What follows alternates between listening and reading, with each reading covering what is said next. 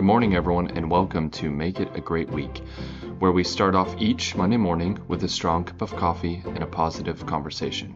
I'm your host, Justin. And I'm Opa. Let's make it a great week.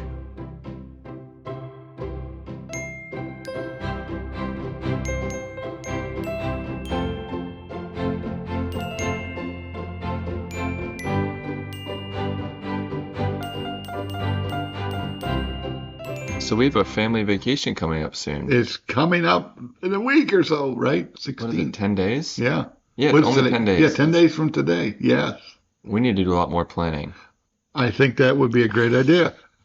Unless you I'm want kind to of go by the seat of your pants, There have been talks of massive Costco orders, massive online orders. I don't know what we're going to do. I mean, someone's got to take the lead. Yeah. It seems like Drew should be the one. He's got a lot of energy.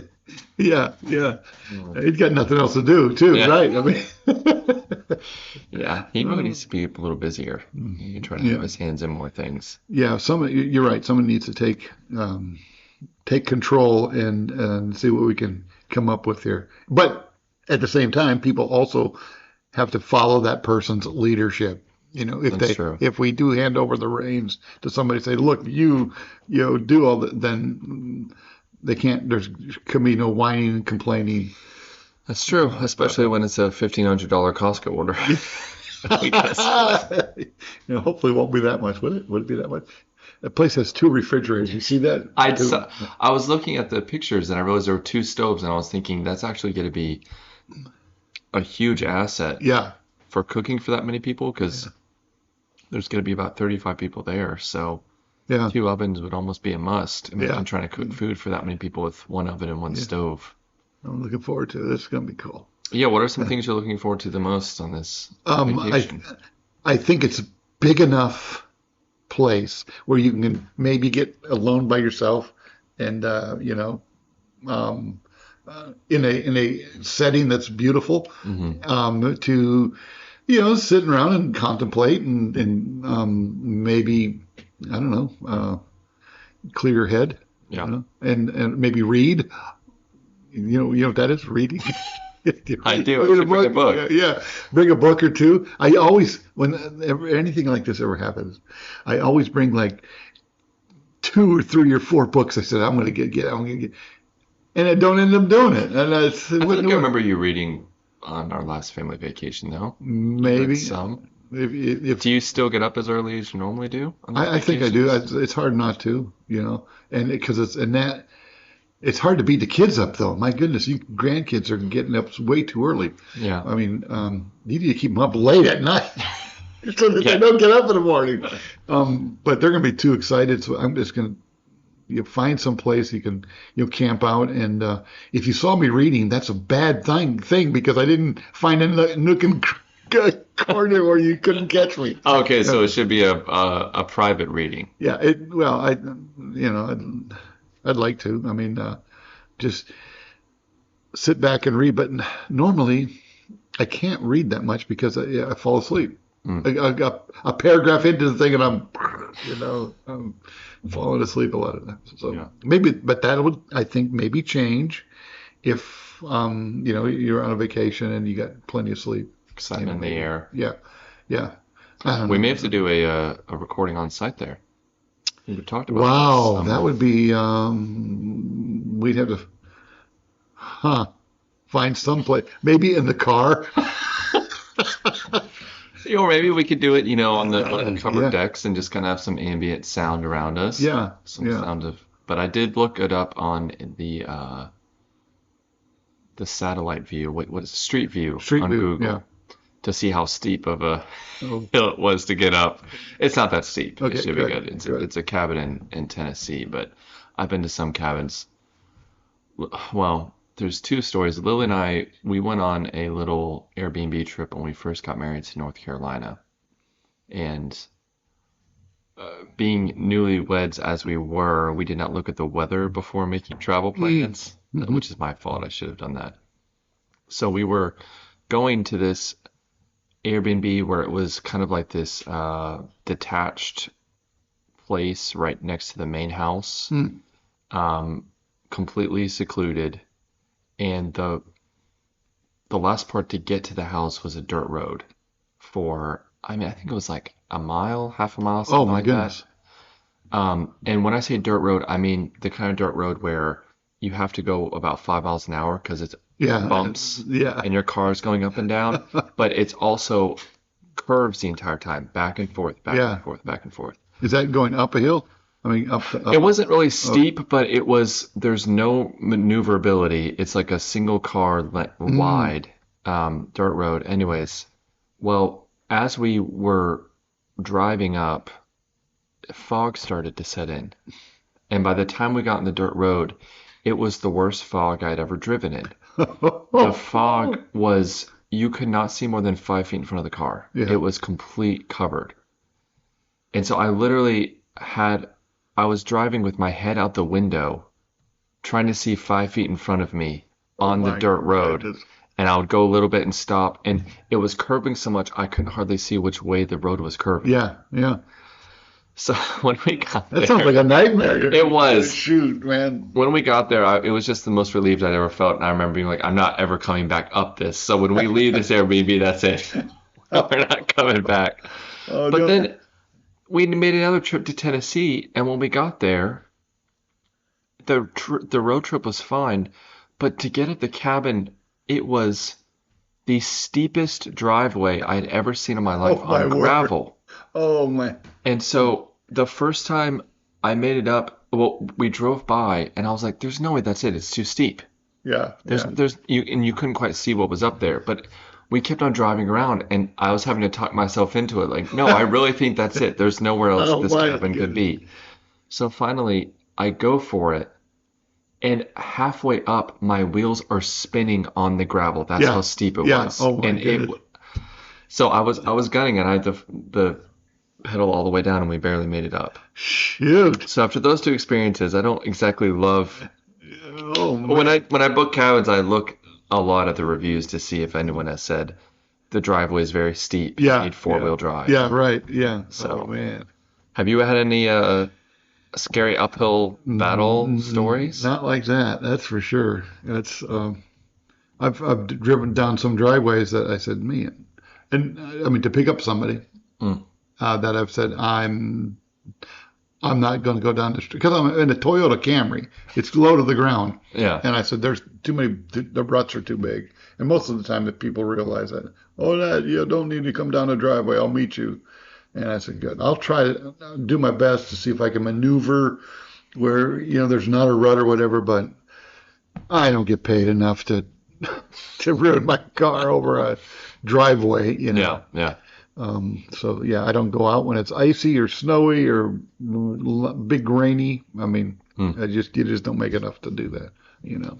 So in your travels, have you ever gotten caught in some type of hailstorm or a big storm Well, where the you? the worst has been icy, foggy, driving down 40. I mean, from like Knoxville to Asheville. Okay. That road there is just it's windy and everything. And then these truckers that just come barreling through there like they must make that run every day or Yeah. whatever.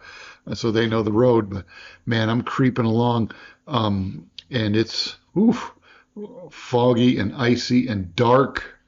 And because it just seems like whenever we're going through the mountains there, coming back home, you're already tired, Yep. and then it's dark, and it gets dark earlier because of the um, rain, Hmm. and it's cold, and all of a sudden it starts sleeting, and so your windshield wipers get all icy, and so they're not working too well, and you're like, oh man, and it's then up in that elevation, the fog goes out there, and so you got rainy, icy, and foggy. There's nothing more stressful as far as driving goes Well, because you can't see, like you say, 5 foot in front of you. You're just creeping along, and you're yeah. wondering if somebody's going to rear end me like that too. Woof, Well, woof, and it's a those roads to nightmare. Tennessee, they tend to be mountainous and Yeah. very curvy, and there are a lot of truckers on them. Hmm. Another story, Lou and I drove one time, and we, at one point, I'm bare knuckling the steering wheel because we're on one of those windy mountain Yeah. curves that just go back and forth. and there is a semi behind me, a semi in front of me, and a semi next to me. There's nowhere to go. And I'm just like, stay in the middle, stay in the middle of this pack. Oh, that's I mean, any wrong move and you're, yeah, yeah. Oh man. And then to the left of you, there's bottomless pit. yeah, Look at yeah, it. It's, what in the with world? spikes at the bottom. Yeah. You can see the other cars have fallen on the way. Man, it's scary, scary stuff there. Yeah. So that can be like you're, I've waken up in a cold sweat because of nightmares like that. Yeah, yeah. Oh, good, good. It's just a dream. I was going to ask you this week, just curious from your parenting experience, what was one of the things that kind of was the biggest mindset shift from when you started parenting to your parenting now?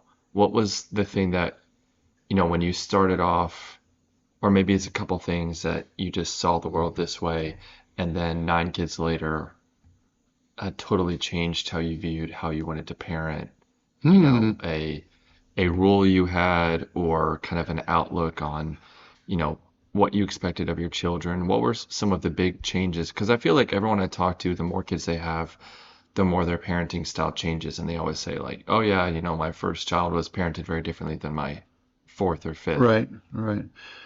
Well, I would say definitely my parenting anyway has been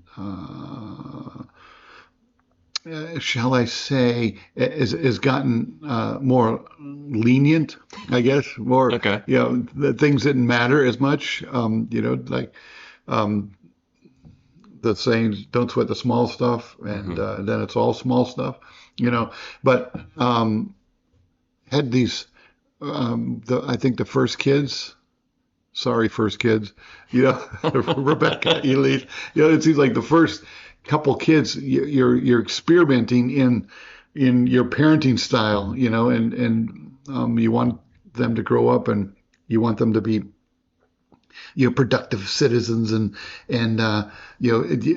basic, and also to show that, hey, listen, these kids are brilliant, these kids are above and beyond anybody else's kids out there. So you're trying to steer them in that direction. You're trying to help them that because it's basically for your own ego's sake. That you're doing that, but you want them to behave and all this kind of stuff. And so I think I may have been a little harder on them, maybe a lot harder on them. I don't know. Start saying, you know what, that's not a battle I'm choosing to fight at this point in time. Yeah. And so Ruth has been a good anchor in that regard, in trying to be a balance in my strictness, I guess. And so there's been I've been more lenient Mm. as the kids grow up, and now with Julia, she just breaks the mold. She just I don't know what I'm doing. I'm open to suggestions. Still an experiment, right? Yes. Oh man. That does oftentimes feel like, I mean, we have two small kids, and I do feel like almost every day, Lou and I have discussions like, what are we doing? Like, it does feel like an experiment, Like, I think that worked today. I'm not sure why it worked, but Yeah. maybe we should try it again tomorrow. Yeah, Then you yeah. try it again tomorrow, a completely different result. Yeah, yeah. Uh, It's so. Do you think that birth order has anything to do with it? Like, what number were you? I was 5. You were number 5. Yeah, I Okay. listened to a whole podcast about birth order, Yeah, and and they basically were saying there is no science to back it up, but every single person universally describes sibling relationships as affecting them. So like they've tried to analyze uh, people's personality types, intelligence, drive based off of birth order, and they're yeah, like, no, there's nothing. But everyone says that, being younger, you tend to be less of a leader, more of a follower, that type of thing. I don't know. I It's interesting because do you feel like that way with your siblings? Like the birth order shaped who they I are? was. Let's see. There was Jeff, Renee, Barb, and then me. So I was what, number 4, and then Jack and Jill literally Jack and Jill, as my brother and my baby sister. Um, Did they ever fall off a hill? we lived sort of on a hill, and they Okay. would tumble all the time down the hill. But I don't think I can't point to anything that would say, "Yep, number four." You could tell I was number four. Yeah. Be, I think that in the mix of things, older. I mean, the kids that were born, I mean, later. I mean, they are definitely followers of the older kids, Hmm. and so that's why it's good to have good older kids setting a good example for them. Yeah. But I don't know that they had a they may be more independent because they realize that, listen, I am not like your first kid. I mean, they've got all your attention for the first Yeah. like a year and a half or 2 years, depending on when. I mean, for us, it was like almost 2.5 years, Hmm. where Rebecca was the apple of our eye for that length of time. And then you get more into the more kids you get, that they realize that they're not the center of attention, and maybe Yeah. that's good because they decide that I got to do things for myself at times, and the world does not revolve around me, which is a good life lesson. I think it's a good personality trait to have in kids, that self-sufficiency, and then also the idea of that the world is not, does not revolve around me. Although, Yeah, it's like I guess I've been thinking you want your child to feel like for you the world does revolve around them in yeah, a loving sense. yeah, That that's you want true. them to feel special, but you don't want to give them the idea that the entire world views them that way, Yeah, because that's not reality. yeah, You're not everyone's child. right. Yeah, that's a And good way to put it. Yeah, like at a birthday party, my daughter has egg allergy, and it's like sometimes people are apologizing, saying, "Oh, I'm so sorry that this cake doesn't have eggs in it. I yeah, mean, that it has eggs in it, she can't eat it." And we always are like, "No," because this is a good reminder for her that not every birthday is about her. hmm yeah. We That can is bring true. something else that maybe isn't quite as yummy and exciting as cake, but it's a good lesson to remind her, like, well, this is not your birthday, so we can Yeah, celebrate this other person and think about them. And when it's your birthday, you get whatever you want. right, right. We're gonna make That's a good cake good point. for you, Yeah, but it's a great way to look at it. Yeah, very nice. So, yeah, I don't know. I mean, things. I think things are going to evolve in parenting strategies as you get older, as the parent matures, and as the number of children increase in the family. so I feel like everyone I've talked to that has multiple children, when you ask them what has changed, I don't know if I've ever heard someone say the reverse of you. Said, like, we started off really loose and then we just got stricter and stricter as the Yeah, kids got older. I feel like everyone says we started stricter and got more loose with the rules. So yeah, then, is that just wisdom?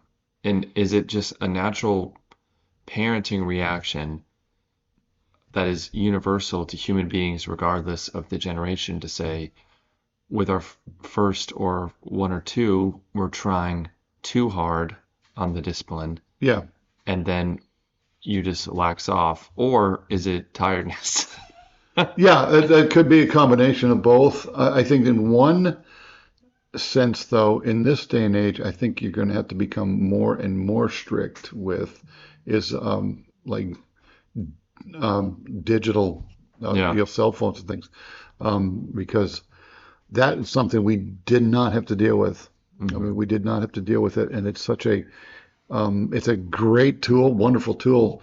But I mean, I think that as kids, um, I don't think that is a problem with you guys.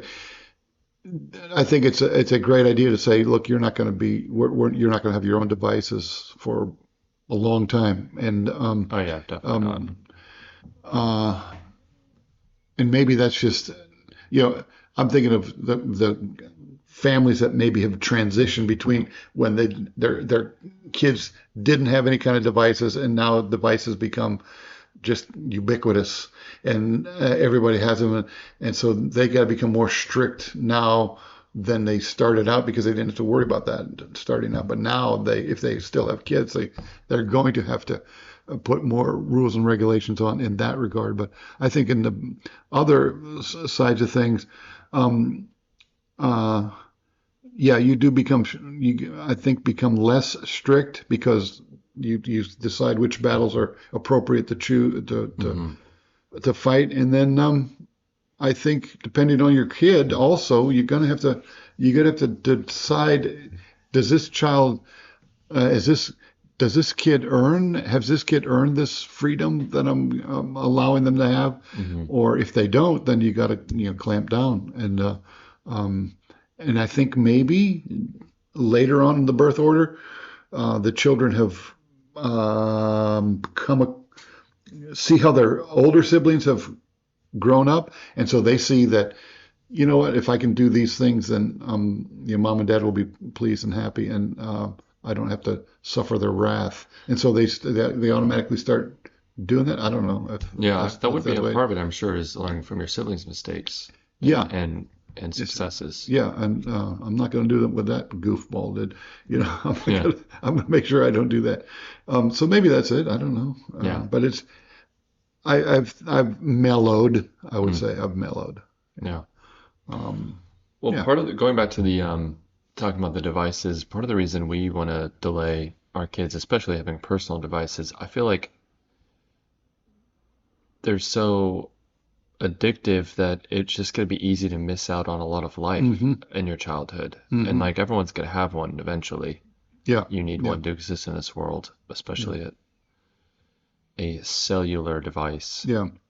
But I mean, kids don't need one, No. and they're just going to end up missing out on a lot of the small moments, and especially in our house. You know, Liv and I try not to be on our phones too much in our house. Sometimes we don't do a good job with that, but uh, the goal would be for when we're all together that we're all not just looking at a device, that we're Right. all talking and building memories. And Hmm. um, yeah, especially with kids, it's just going to be a much easier battle, as you say, if they just don't have one. But at Yeah. some point, you have to teach them about it. You have to Right. teach them discipline and how to interact with it appropriately. And you don't want to wait until they're on their own and then say good luck. But Yes. I think Yeah. the biggest thing has to be modeling it. Like you can say all you want, but I can imagine a child who sees their parent use a phone and they're not glued to it 24/7. They don't doom scroll for an hour each Hmm. night while the kids are watching them doom scroll. Yes. Yeah. Um, they see them use it appropriately. I just feel like when they get their own, it'd be a lot more natural to use it that way than if you have a parent who just is always on their phone. Right. I think that goes to that saying, more is caught than taught. Yeah. If a parent, I mean, if a kid sees the way the parent uses the phone, they're going to copy that, mimic that Yeah. behavior. But if it can be a tool, like I'm going to do some grocery shopping here, boom, Yep. order will be here in a few minutes. Well, that's a very beneficial use of your time, Yep. really.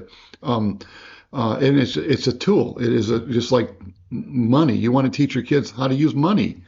I mean, you just don't want them. I mean, it's to grow up and just think that, oh, now I got all this money, I can just Yeah. spend it. It's a tool. And Yeah. so use this tool appropriately. How to use a hammer? Well, I can show you how to use this hammer correctly. You don't clean a window with a hammer. It's got its specific uses. Yeah. We want to use it the same thing with this. We want to be able to use the cell phone in an appropriate manner, and he'll have that be able to teach like that. So Yeah. yeah, I think, and again, I don't know how somebody could, unless they really want to be a hermit off the grid, to survive nowadays without a cell phone is Yeah. extremely. You have to, yeah, it'd be extremely difficult. Yeah. But anyway, yeah. So there you have it about that stuff. Well, I did want to go ahead and ask everyone again, if you have any type of story you want to send in, we'd love to have that. But also, if you have anything you're thankful for this week, please send that to our Instagram account. You can email us. You can message us on our social media accounts. What are you thankful for this week? Please send it in, and we'd love to share it on the show and just spread that message of thankfulness. What about you? What am I thankful for this week? Yeah. Keeping with the show's theme, this week I'm thankful for coffee. We talk about it a lot in the show. Can we talk about it enough? No. No. I actually hate when people ask questions like that to themselves. That's a big pet peeve of mine. I don't know why I did that. I'm sorry, everyone. No, I'm thankful for coffee. I'm thankful that God made such a cool thing. I don't know how people figured out how to roast it. It can only be grown in a certain part of the world. There's this, if you haven't looked up how people make coffee, it's a fascinating thing. And it takes a lot of work, and it took a lot of experimenting to figure out how to roast it, how to grow it just right. But the fact that that's all done, it's then imported here. You can get whatever type of coffee you want to, basically. Not only that, you can go to, especially in Greenville, an abundance of incredible coffee shops that make you incredible cups of coffee.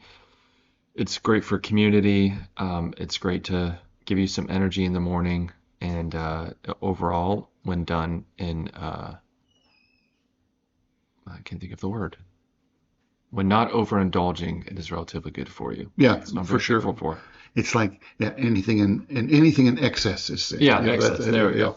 But that is you're right there. I don't even want to get into it because you think of the coffee. I just don't understand it. I don't know how all those coffee shops and all the grocery stores and all these restaurants have enough coffee.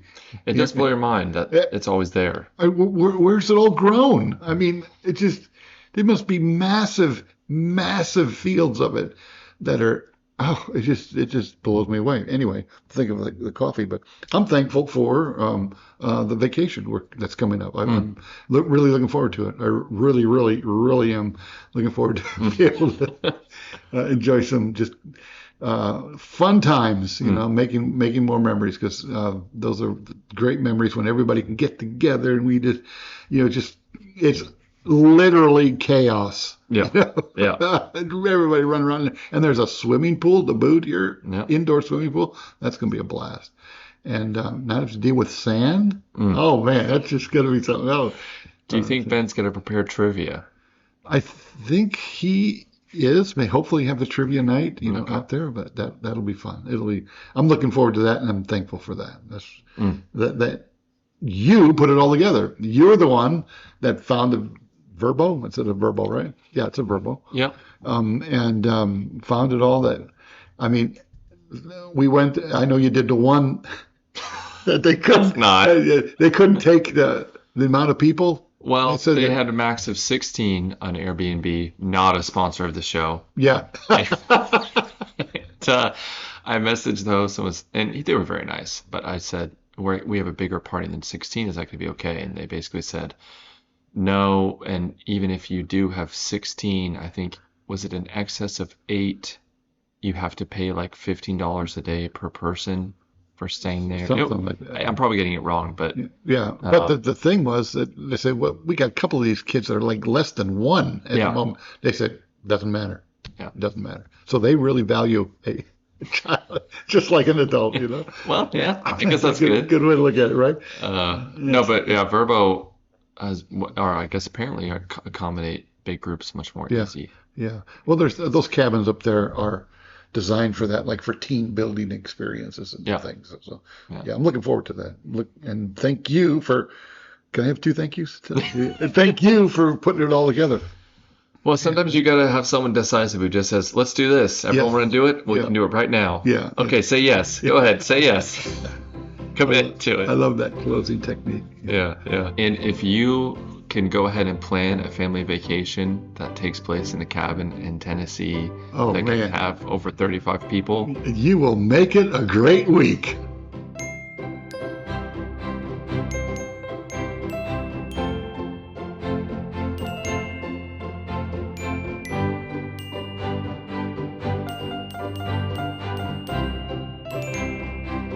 Make it a great week with Joy King.